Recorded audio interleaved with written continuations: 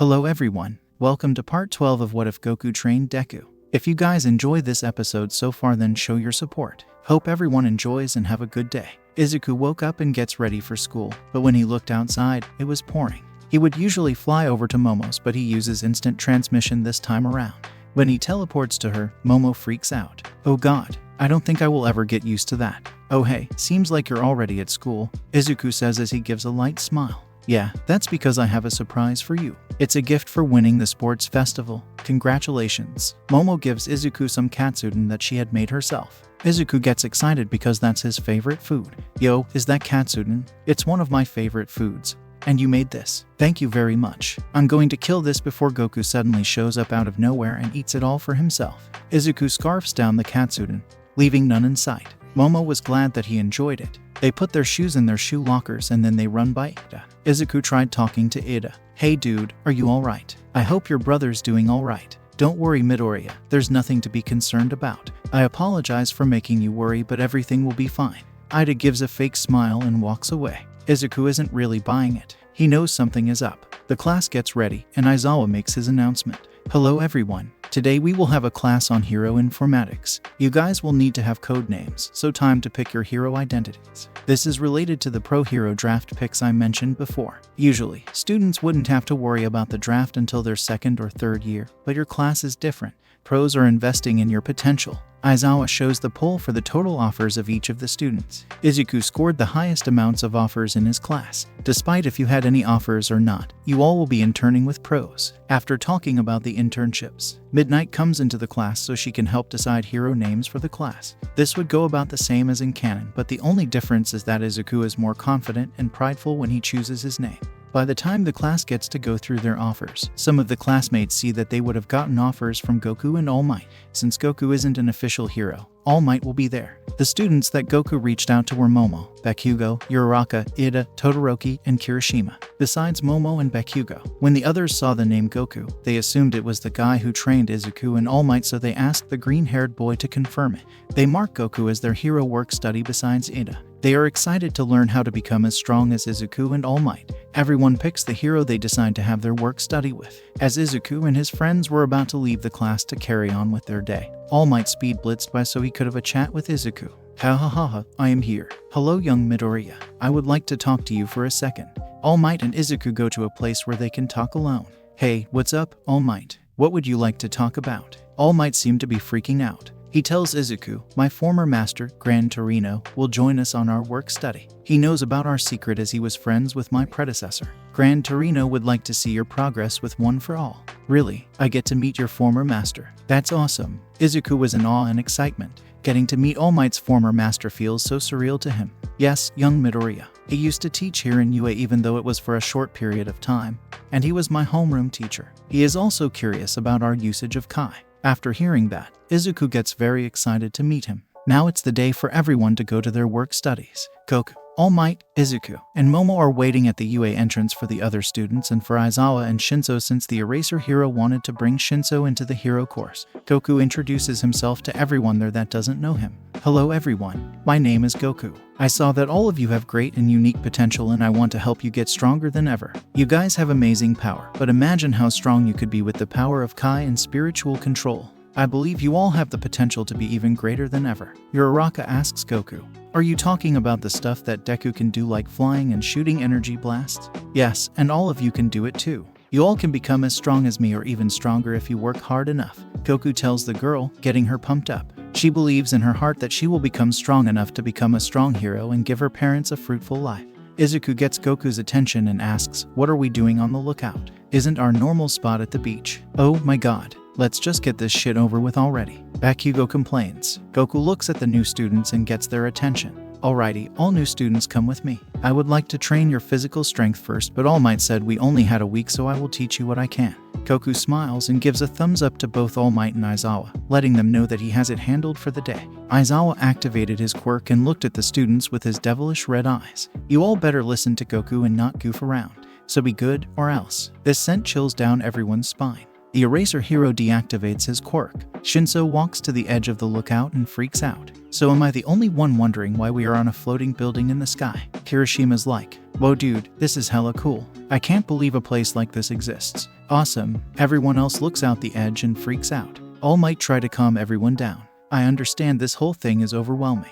Well, good luck I guess. Just have your trust in my friend and mentor Goku, and he will help you achieve your best. That still doesn't answer my question, though. Oh my gosh, yes, you are in a floating building. Can we move on already? Bakugo shouts in annoyance and anger. Honestly, this feels so surreal, Kirishima says in excitement. No one cares, weird hair. Bakugo, you don't have to be so rude to everyone, Uraraka tells the explosive blonde. Cool, I don't care, round face. Kirishima and Uraraka both say, we have names you know, Bakugo. Bakugo asks, when? Kirishima and Uraraka say, when what? When did I fucking ask? Kirishima and Uraraka try to argue with Bakugo for the stupid nicknames he gave them, but the explosive blonde doesn't care. Izuku laughs and says, that's Kacchan for you. Giving people stupid nicknames and being an asshole is part of his thing. Shut your mouth, nerd. Be grateful that Deku doesn't sound as stupid as Kacchan. What do you mean? You use the name to mock me and call me defenseless. Listen, nerd, no one cares about your sad, pathetic crybaby backstory. Now let's get this over with. Don't get your panties in a wad, bro. Jesus fucking Christ. Why don't you ever just shut the fuck up? Izuku is just mocking him at this point. Alright, All Might, I'll see you in a few hours, but for now, I would like to train with myself for a while. Aizawa heads towards the time chamber by himself to train for a few months. Young Midoriya and young Bakugo, I would like you both to follow me as we will be doing hero work. I have printed out a temporary hero license for both of you so you can join me on my heroic duties today. I figured since you two are already very powerful, then you guys can tag along early. Oh hell yeah, I'm finally getting some action. Don't you get plenty of action with your hand of yours? Deku, you aren't fucking funny. Now just shut up or else I will blow your face off. What are you gonna do to my face? Oh hell nah, that's sus. That's it. Die, you worthless insect. Bakugo was about to blast Izuku with a Kai blast towards him, but Izuku dodges. The energy blast flies past the other students, freaking them all out. Relax, young Bakugo. Young Midoriya, you should really stop egging him. Common All Might, even you have to admit, it's kind of funny. Before Baku, Izuku, and All Might, Izuku gives his master and friend, Goku, a fist bump and says goodbye to Momo before he leaves. The girl was kind of disappointed that he isn't training with Izuku yet, but this doesn't deter her from learning. At least she is learning from the best teacher to help them. Bakugo and Izuku leave with All Might. Okay, guys, get close. I'm ready to teach you all. All the students that Goku invited sat on the floor on the lookout. Momo even pulled out a notebook to write down anything she learns. So I'm going to teach you all how to use the power you had within yourselves the whole time. The life energy that is not just within you, but everywhere around. Goku concentrates his energy within his palms to show everyone a Kai ball. Everyone was amazed to see it. Kami came out and offered everyone some snacks. Concentrate the energy within yourself between your palms. Everyone tries to do it but is having a hard time, but Shinso is able to create a small one of the size of a pebble. Good job, Shinso, right. You did it. Now for the rest of you. Just concentrate on bringing the power that's within yourself. If you do that, then you can learn to do other amazing things with your Kai. Momo was the next one to be able to do it with more ease since she's been around Goku, Izuku, and All Might. Todoroki and Kirishima are having a hard time, but they eventually figure it out. Goku sees this and is very excited to see that they are learning so fast, but that's not the only thing that has the Saiyan excited. He sees that Todoroki's Kai is more unique than the others, so Goku asks the bi-colored teen to increase the energy into the Kai ball so he can confirm his suspicion. Following Goku's instruction, Todoroki cups his palms together to create a larger Kai ball that astonishes the other student. The left end of the Kai ball was scorching, but the far right side was very cold. Todoroki sees how different his energy is compared to the others and assumes it has something to do with his quirk. Then he tries to experiment. He creates an energy ball with his right hand, focusing it on his right hand to see that cold smoke is falling from the Kai ball and the color of it was a lighter blue. The cold air is starting to freeze his hand, so he dissipates the Kai ball. When he does the same thing, channeling his Kai with his left hand, he creates a red-hot Kai ball. He quickly dissipates it since it's starting to burn. Uraraka is having the hardest time. She's really trying her best, but she doesn't figure it out. Momo is slightly amused that Uraraka is having a hard time, but when she sees her struggling hard, the girl starts to feel bad. Hey Uraraka, let me help you out. When you cup your palms together, try looking at one certain spot and focus all your energy onto that single point. And when you do, just relax and push the energy into the single point. Wow, thank you Yorazu. That's really helpful. Uraraka gives Momo a smile and a hug for the help. Now Momo is starting to feel bad for being competitive with Uraraka. She's just so nice and has a bubbly personality. It reminds her of Izuku and she's now starting to feel insecure. Goku-sensei, can you teach us more stuff? I want to keep learning more, Uraraka said to Goku with her fists pumped up. Yeah, dude, this is awesome. I can't believe something like this is so surreal. What else can you show us? Kirishima asked. Shinso asks Goku, can you teach us how to fly like you guys? Alright, sure. Just focus the energy in your body and shoot it up from your feet to start. Then surround yourself with that energy to stay floating. The first person to do it was Shinso. He took Goku's advice and tried to focus his energy, and within a few moments, Shinso was floating slightly above the ground. The others were excited, and not so soon after, Momo was the next person to start flying. Momo had a better time flying since she's seen it done so many times as she was able to slightly move around. Uraraka congratulated her and told her that she was amazing. Kirishima and Todoroki were the last ones to figure it out. When Todoroki flies, he flies higher than the others but has a harder time zipping around. He assumes it could have to do with his fire side. While flying, he accidentally releases his fire, pushing him out of the lookout. When Todoroki noticed that, he lost his concentration and started falling from the building. Goku managed to save him though. Well, be careful there. This place is far up in the sky, Goku said in worry. Seems like you guys are getting the hang of this real fast. I'm glad I chose you guys because you all are amazing. It sucks that the fast guy didn't come though. I feel like he has a lot of potential to be the fastest. Do you mean Ida? You invited him but he didn't choose this as his work study. That honestly surprises me, Uraraka said, wondering why her friend didn't choose to show up. Meanwhile with Izuku, All Might, and Bakugo, All Might had the boys do community service the whole entire time. What the hell, All Might? I was expecting to at least fight a villain, not just do community service. Being a hero is not all about fighting villains. Real heroes help the people and the community alike. Yes, defeating villains is part of the job, but beating up bad guys doesn't necessarily make a hero.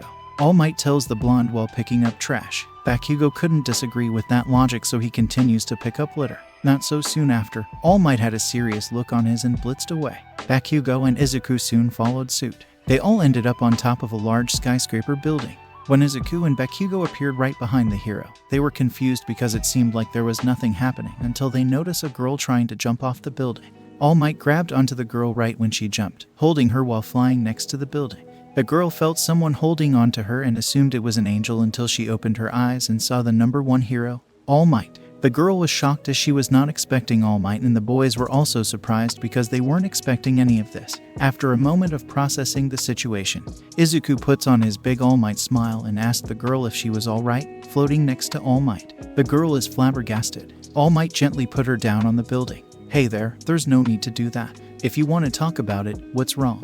The girl starts crying. It's because I'm tired. I'm tired of all of this. Izuku asks the girl, what do you mean? For a long time, I've been bullied and discarded for being quirkless. Not even my parents really showed any concern for me compared to my brother and sister who have quirks. Ever since I was little, I always wanted to be a hero, even despite being quirkless, but everyone was telling me to disregard my dreams. The final straw was when my old childhood best friend jumped me in the girls' bathroom after finding out I applied to a hero school and told me to jump off a skyscraper and hope I get a quirk in the next life, then try to be a hero. And this is where we are now. This hits everyone hard. When Izuku was listening to this girl, it was like looking in the mirror. Bakugo was feeling bad as the girl since he can see Deku in this girl. Izuku puts on a smile and said, you know, you and I are very similar. For a long time I was quirkless. My mother cared for me, but she shattered my dreams when she didn't comfort me, instead crying with me. I don't blame her for any of it though, since she was doing what she can. But I wished she told me I could be a hero despite being quirkless. It wasn't until I met someone who believed in me despite being quirkless, and then another someone who told me I could be a hero. Eventually, I awakened my quirk, but still, you don't need to have a quirk to be a hero. Anyone can become a hero despite their limitations, and I think you can too. Hearing this shocked the girl. She would have never thought that someone else could relate so much to her. In a nervous tone, the girl asks Izuku, who were the people that believed in you? Izuku smiled and replied, well, the person that believed in me was a man called Goku, and the person who told me that I could be a hero is the big guy that saved you. All Might chimes in and says, yes, young Midoriya is right. Anyone can be a hero. And it took this young man right here for me to remember that. Sometime later, dawn is about to arrive. The trio went back to doing community service after helping out that one girl. But Bakugo hasn't said much since the incident.